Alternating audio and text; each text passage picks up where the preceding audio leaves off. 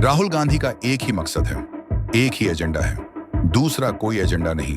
और वो एजेंडा है मोदी को हटाना, भारत में अशांति फैलाना, भारत में नफरत का माहौल पैदा करना, भारत के युवाओं में फेक नैरेटिव गढ़ना, उन्हें भ्रमित करना, उनके बीच एक झूठा आंदोलन तैयार करना ताकि यहां का जेनजी भी संसद भवन को घेरे, राष्ट्रपति भवन के अंदर घुसे, प्रधानमंत्री आवास को तहस नहस करे, आग लगाए, हिंसा फैलाए।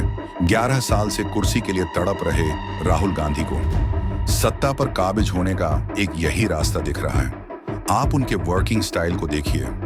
कभी वो चौकीदार चोर है का झूठ फैलाते हैं, कभी राफेल में घोटाले का फेक माहौल बनाते हैं, कभी सीएए को गलत तरह से पेश करते हैं, कभी झूठा किसान आंदोलन ही तैयार कर देते हैं, कभी एचएएल और एलआईसी पर निशाना साधते हैं, कभी ऐसा नैरेटिव तैयार करते हैं कि मोदी तो बस उद्योगपतियों के लिए काम कर रहे हैं, कभी सीबीआई और ईडी उनके निशाने पर होती हैं, कभी सुप्रीम कोर्ट को घसीटते हैं, कभी लोकतंत्र पर खतरा बताते हैं, कभी कहते हैं कि संविधान बदल दिया जाएगा।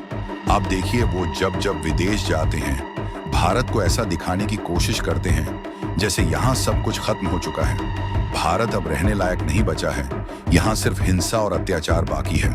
कभी कहते हैं कि ईवीएम में गड़बड़ी है और आजकल कह रहे हैं कि वोट चोरी की जा रही है। क्या आप जानते हैं कि अपने हर झूठ के फ्लॉप होने के बावजूद क्यों हर बार राहुल गांधी एक नया झूठ लेकर आ जाते हैं? क्योंकि वो अच्छे से जानते हैं कि साइकोलॉजी कैसे काम करती है। वो जानते हैं कि इसमें सालों लगते हैं, लेकिन ये कभी ना कभी काम करती ही है। बस झूठ पर झूठ लोगों की साइकी में इंसर्ट करते रहो। भले ही भारत दुनिया की तीसरी सबसे बड़ी इकोनॉमी बन जाए, भले ही साइंस और टेक्नोलॉजी में भारत लीड करने लगे, भले ही देश में एक्सप्रेसवेज का जाल बिछ जाए, लेकिन एक दिन आएगा जब लोगों को झूठ सुन सुनकर झूठ ही सच लगने लगेगा और यकीन हो जाएगा कि देश में तो सब कुछ गड़बड़ है। बस पूरे कॉन्फिडेंस से उसी दिन का इंतजार राहुल गांधी कर रहे हैं।